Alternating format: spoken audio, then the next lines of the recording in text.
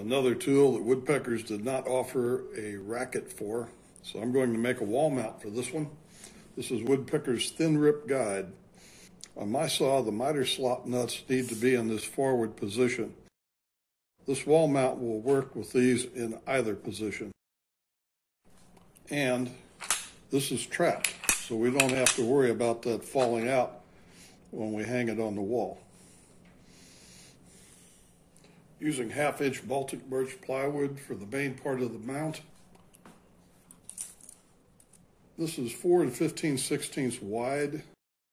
My gap in here is 5 1/4, so it gives a little over 1/8 of an inch clearance on either side.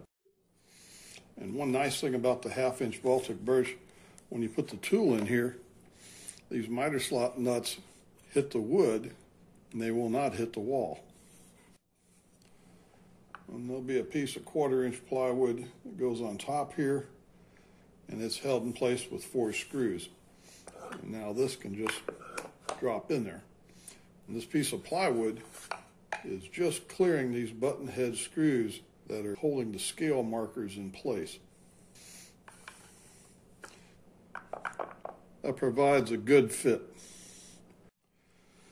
One reason for the 4 screws, there will be 2 screws here countersunk to attach this to my wall, and then this can be put in place with the 4 screws.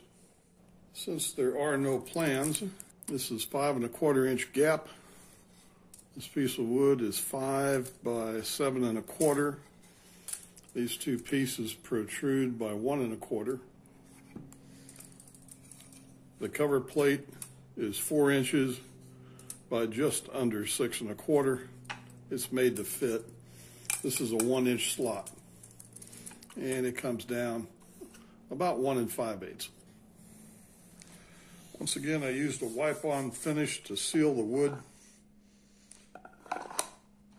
One advantage of this, when you have this on your table saw, whatever your last setting was, you just take it out of the miter slots and put it right in here. And if you have to repeat something, when you take it out of here, it's where you last used it.